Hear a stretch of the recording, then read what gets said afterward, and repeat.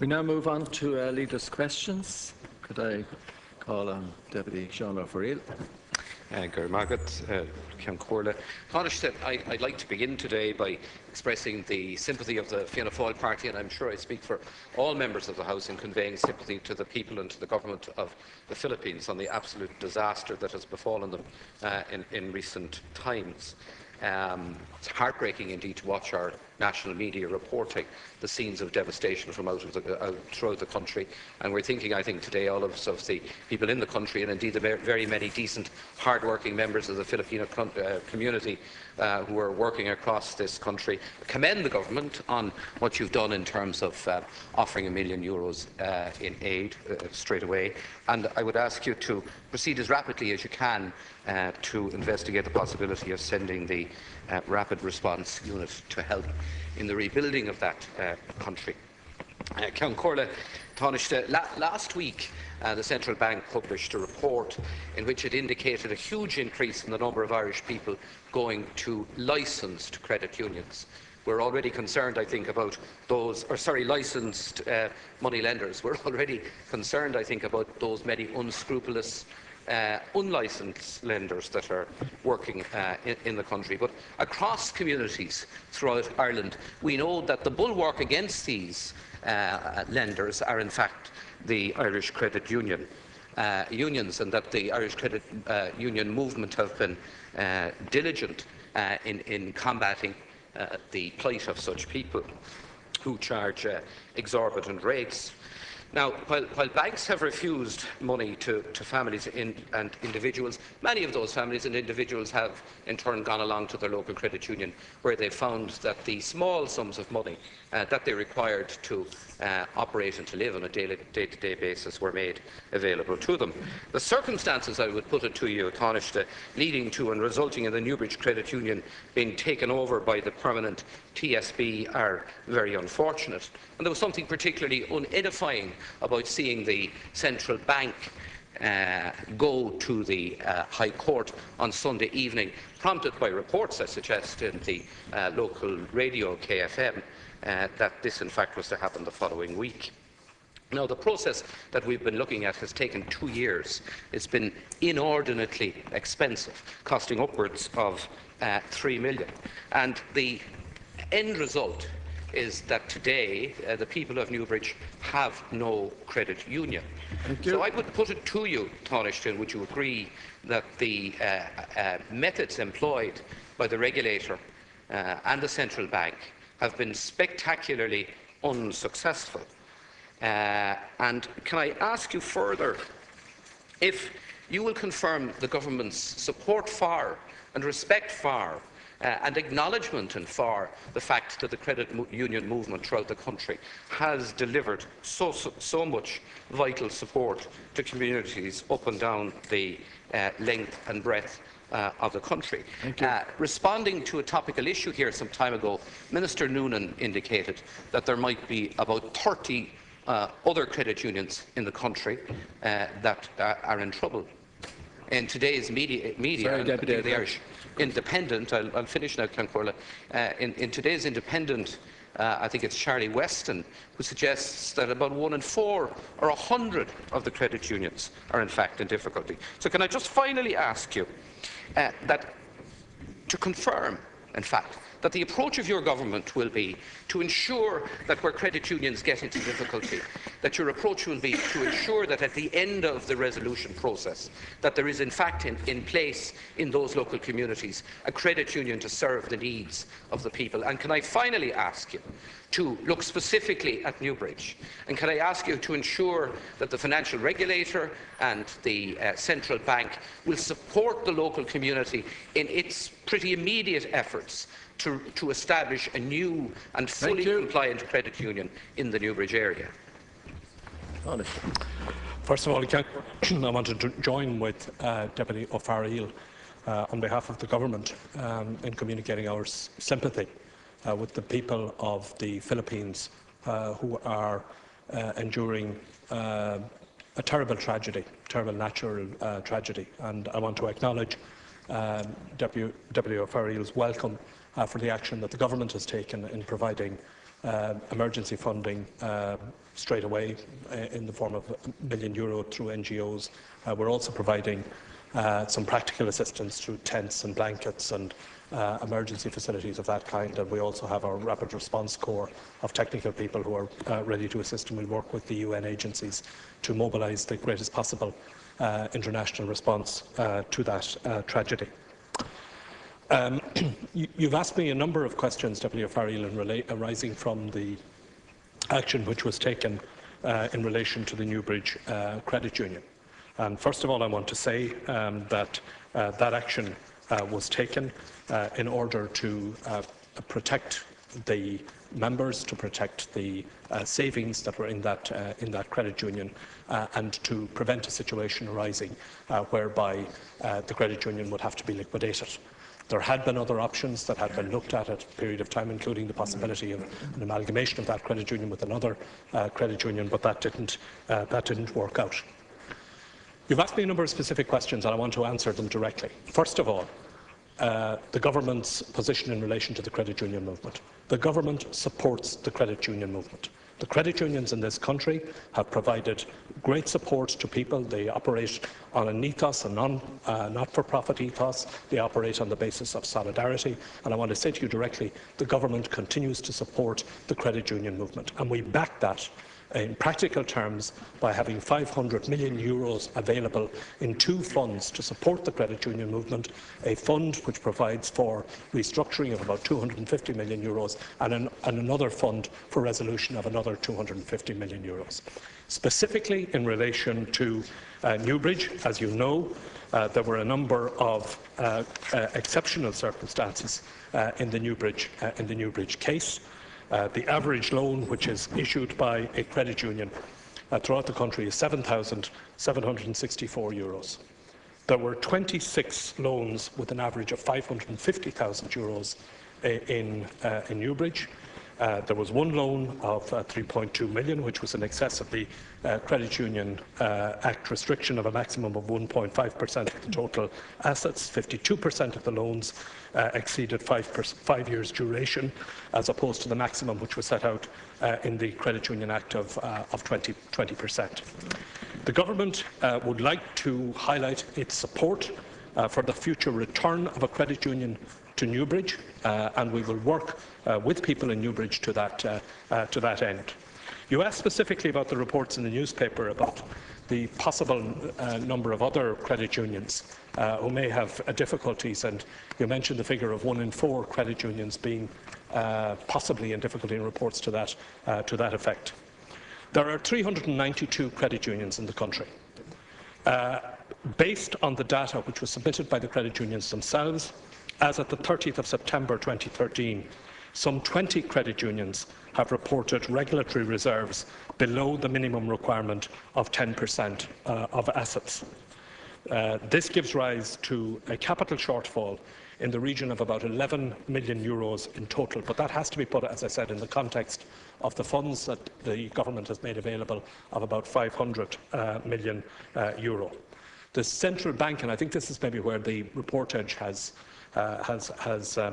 taken off. The central bank is working through a portfolio of approximately 100 credit unions on a case-by-case basis. This is in relation to issues that arise in those credit unions, levels of arrears, inadequate bad debt provision, high fixed asset to total asset ratio, and other supervisory concerns. But the actual number of credit unions who have reported regulatory reserves below the minimum requirement is 20 of the 392. Thank the Taoiseach, because I think his response is in large measure quite positive.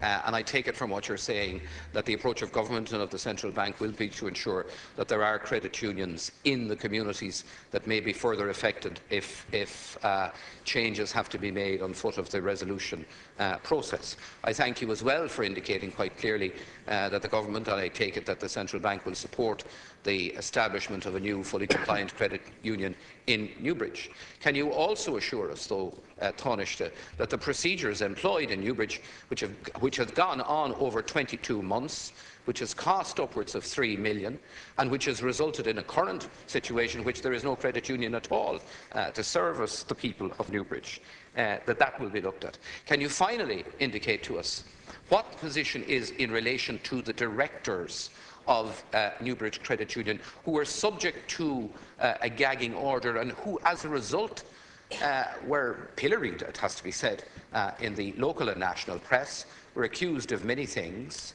that they can now, in fact, defend themselves and attempt to vindicate their good name. And can you tell us, finally, what is the position in relation to the building in Newbridge? Because, again, many people involved in the credit union movement across the country will be wondering, if they become subject to the resolution process, what will happen to their buildings.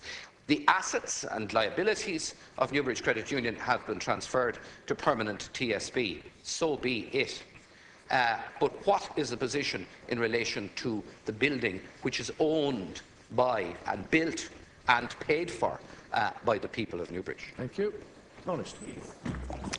Well, first of all, the position in relation to Newbridge is that the transfer of assets and liabilities, excluding the building, those assets and liabilities have been transferred to permanent TSB. That's by way of the High Court order. Now, in addition to that, the Governor of the Central Bank has requested a financial incentive of up to €53.9 million, which has been agreed to by the Minister for Finance. That money amounts to 23 million in cash up front. That's to fill the hole in the balance sheet. Restructuring and integration costs of 4.25 million. 2 million for other transferring liabilities, and a risk share on the transferring loans whereby the state will absorb 50% of the losses where loans perform below their transfer value and 50% of the gains where they perform above the transfer value. If these loans were written off immediately with no recovery, it would result in an additional 24.7 million total cost. Without the transfer to permanent TSB, Newbridge would have been liquidated. There would have been a loss of 1.1 million in unprotected savings. Thank you. Sorry, I can't quote it. Sorry. No. Yeah. Well, just to conclude, as I said, there were other options that were looked at in relation to Newbridge. As I mentioned earlier, there was the option of amalgamating with another credit union. The Central Bank also assessed other options, including the one that there was a proposal made by the Newbridge Action Group, and that was also assessed. And that was rejected at the time because it didn't provide a satisfactory solution to the capital deficit.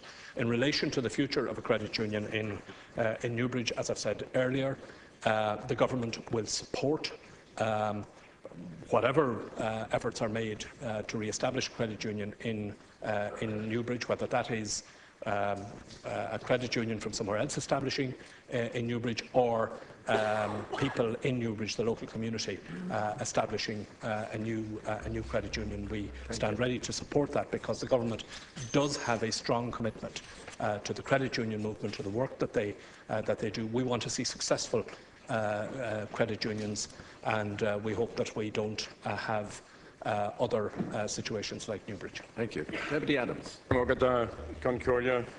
Tanaiste, I just want to join with you and with Choctaw Farrell in expressing solidarity with the people of the Philippines. And Intiam Latsa, August Intiam La Choctaw Farrell, Hui Nadini Bacht, and Shen August Coram Falsha, Revan Taka, a Horch and Realtus Nadini and Shenak.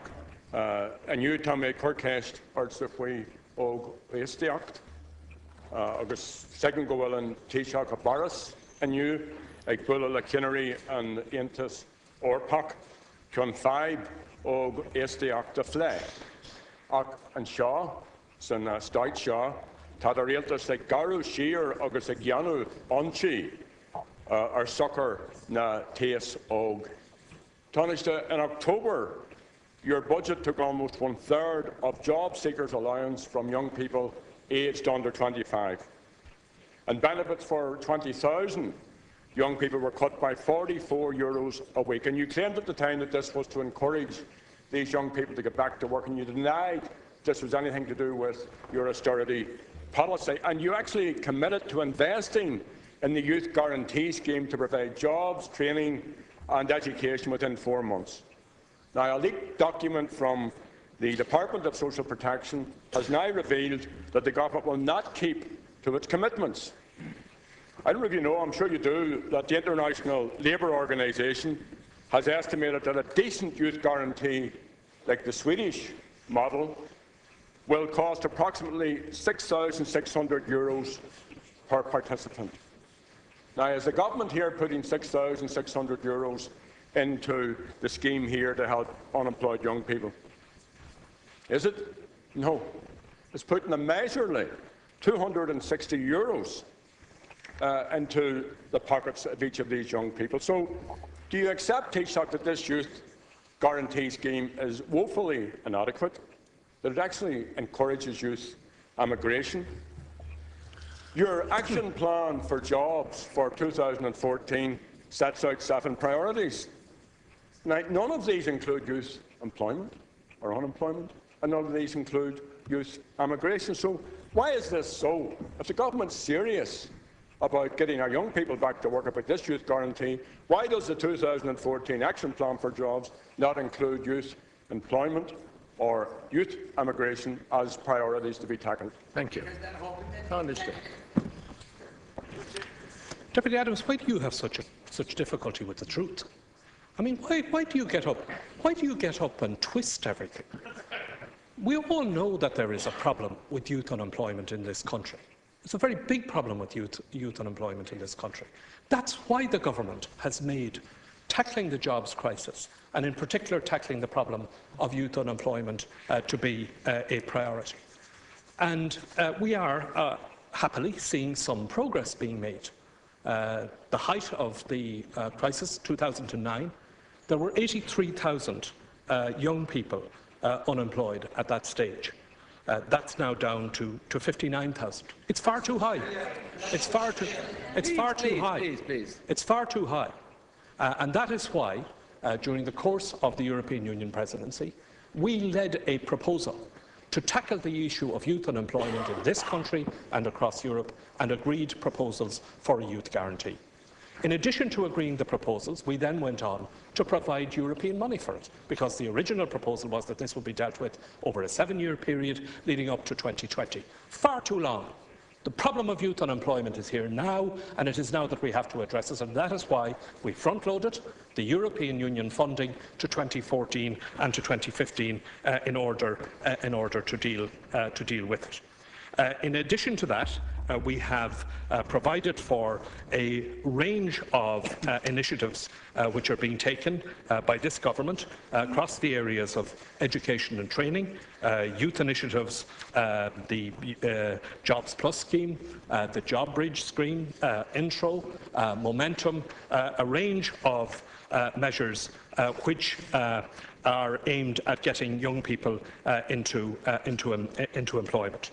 We reduced the eligibility for getting onto Jobs Plus from 12 months to 6 months. We've provided for an additional intake of 1,500 young people on the Job Bridge scheme.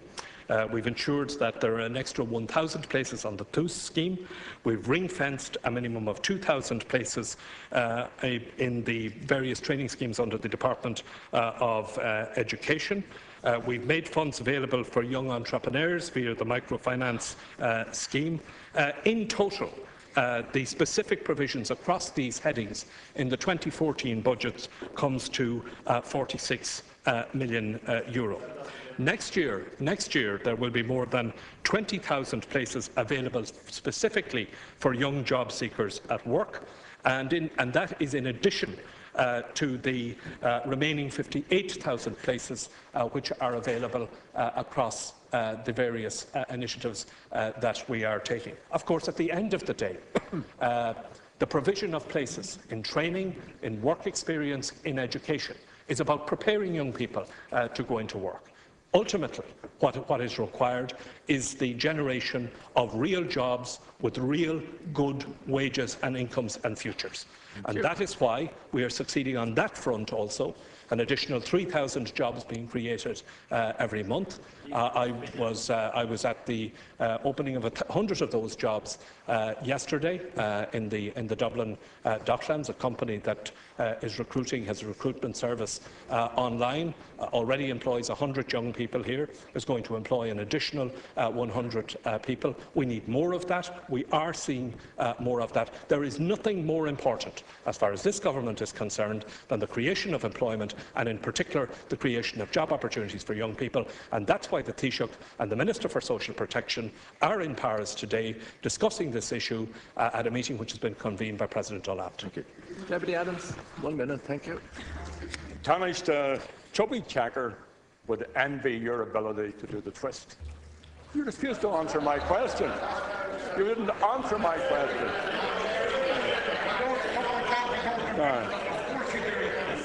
If you are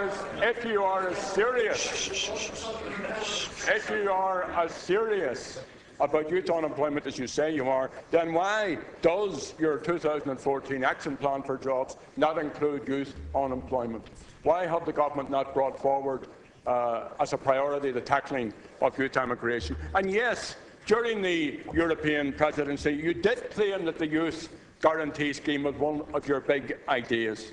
And yet in the budget, as I said earlier, and you ignored this, you put a miserable 14 million into the Youth Guarantee Scheme while you sliced 32 million from young people's income support. So that's a net loss. That's a net loss of 18 million. So Tanaiste, the Taoiseach, or Gumaleska, the Taoiseach and the Minister can pirouette around Paris to their heart's content. But the fact is, the Youth Guarantee Scheme here is falling apart. Thank you. So, would you acknowledge that it will not bring forward the promised upskilling, the provision of employment and education opportunities for young people? And I ask again, why, if it is a priority, is it not in your jobs plan for 2014 as a priority? Thank you. Where did you get the idea that it's not in the jobs plan for 2014? Sure, the jobs plan, the jobs action plan for 2014, just as the Jobs Action Plan for 2013, is designed and dedicated and directed at the creation of employment, including the employment for young people. Many of the jobs that are being created, in our economy at the moment are employment, are jobs which are being taken up by young people. If you take, for example, just one particular sector, if you take the digital economy, take the digital sector, many of the jobs. Take a walk down the Dublin Docklands and talk and see the young people who are employed in new types of employment that are being attracted into this country. You take, for example, the people who will be employed in PayPal in your own constituency. Go and talk to them. Go and see the people who are being employed.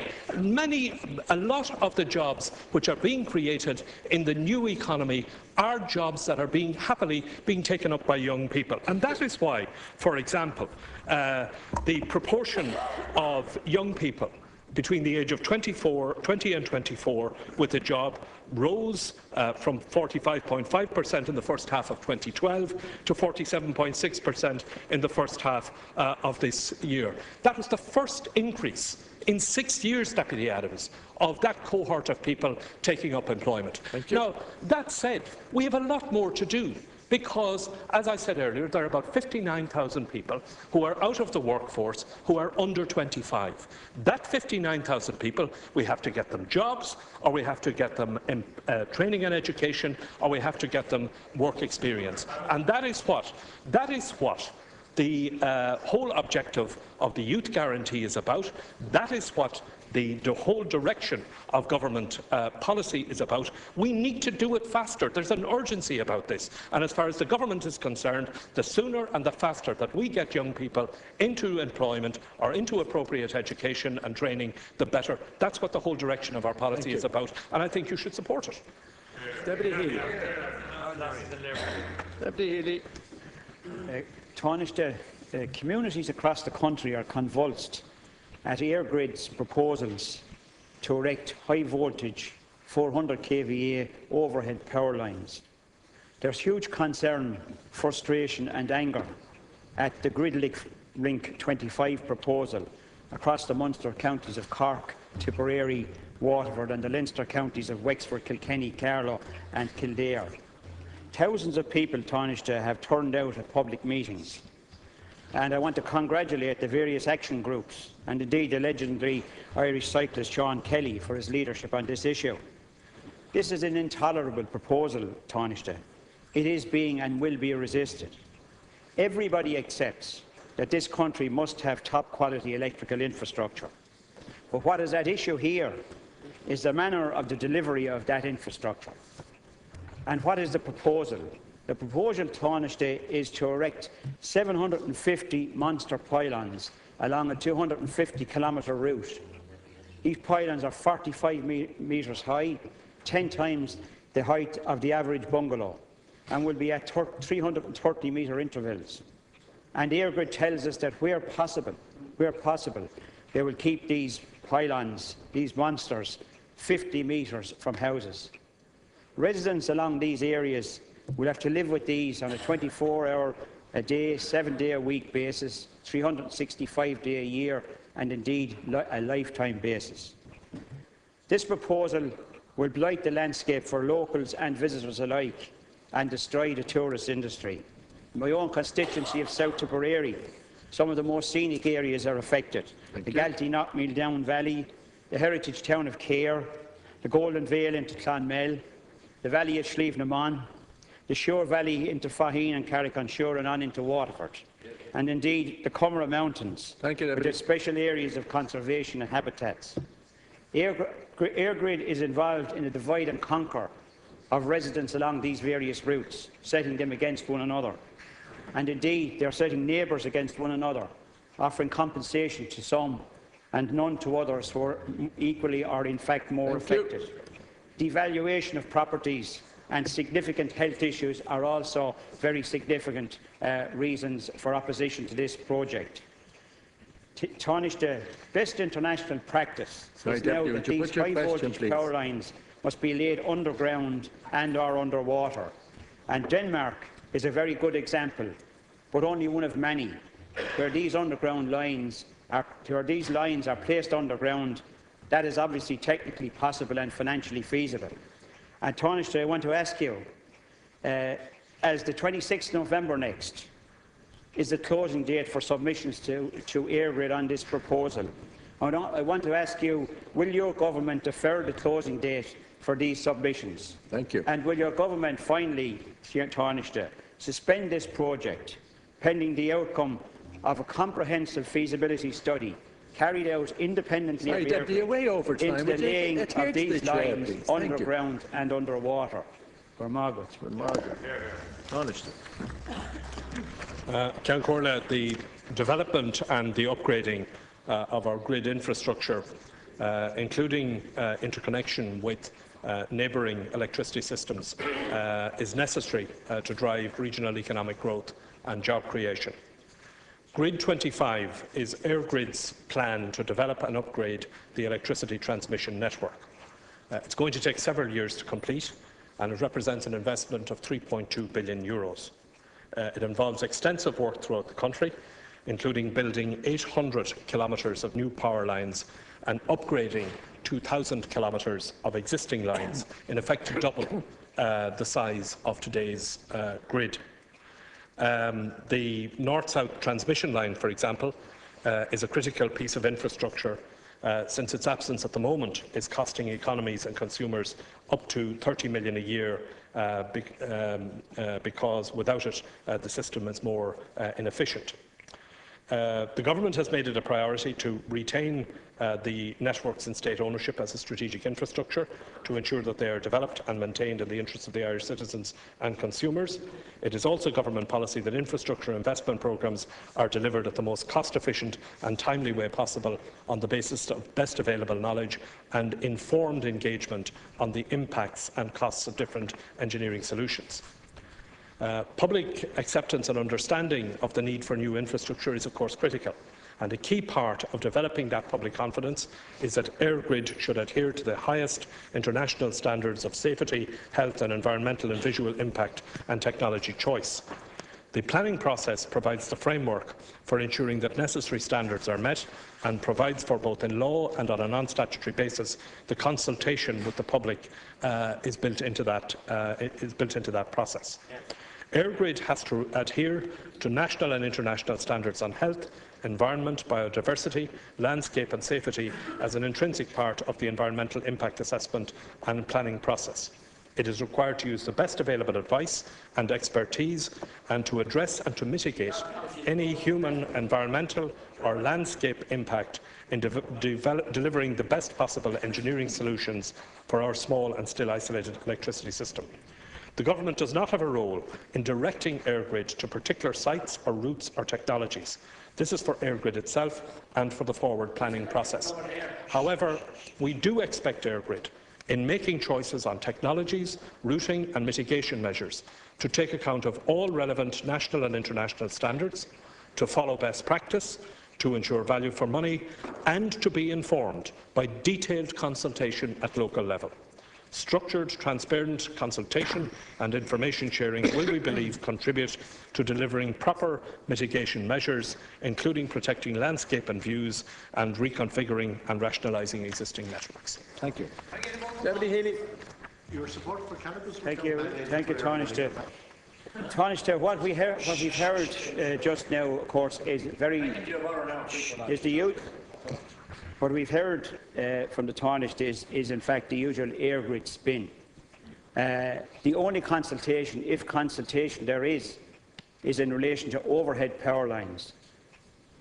They are not prepared to talk or consult in relation to the placing of these lines underground or indeed undersea, which is, as I've said, already best international practice in this area. But there are also, Tanaiste, significant health issues involved here. National and international agencies have pointed to very serious doubts in relation to these overhead power lines. For instance, the Irish expert report in 2007 said there is limited scientific evidence of an association between ELF magnetic fields and childhood leukemia. This does not mean that ELF magnetic fields causes cancer, but significantly, the possibility cannot be excluded. Sorry, your question, please. It also the International Agency for Cancer Research says that these fields are possibly carcinogenic to humans, and based on consistent statistical association of high-level residential magnetic fields with the doubling of risk of childhood leukemia.